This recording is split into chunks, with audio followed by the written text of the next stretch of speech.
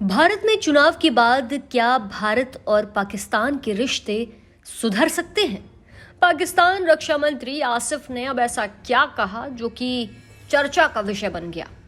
दरअसल पाकिस्तान के रक्षा मंत्री ख्वाजा आसिफ ने पड़ोसी देश में आम चुनाव के बाद भारत के साथ रिश्ते बेहतर होने की उम्मीद जताई है।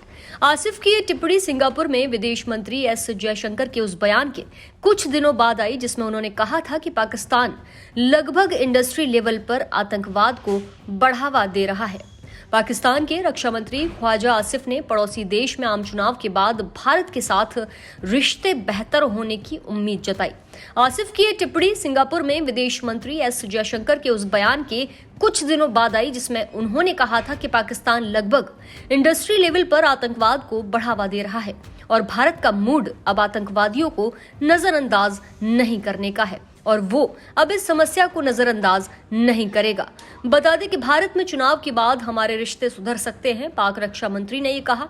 इस्लामाबाद में संसद भवन के बाहर पत्रकारों से बातचीत करते हुए आसिफ ने ये कहा कि भारत में चुनाव के बाद हमारे संबंध बेहतर हो सकते हैं। उन्होंने कहा कि दोनों देशों के बीच द्विपक्षीय संबंधों की अपनी पृष्ठभूमि है और इसीलिए रिश्ते सुधर सकते हैं। इस्लामाबाद में संसद भवन के बाहर पाकिस्तानी रक्षा मंत्री ने अपने विचार व्यक्त करते हुए भारत के साथ संबंध वहां चुनाव के बाद बेहतर हो सकते हैं। ये कहा कि पाकिस्तान और भारत के संबंधों का अपना इतिहास है।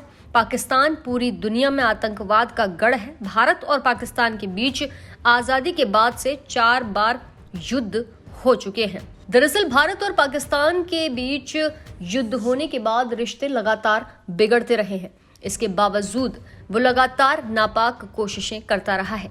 पाकिस्तान लगभग सभी अंतर्राष्ट्रीय मंचों पर खुद की बात करने की जगह भारत के खिलाफ जहर उगलने में समय बर्बाद करता है, ये भी कहा गया।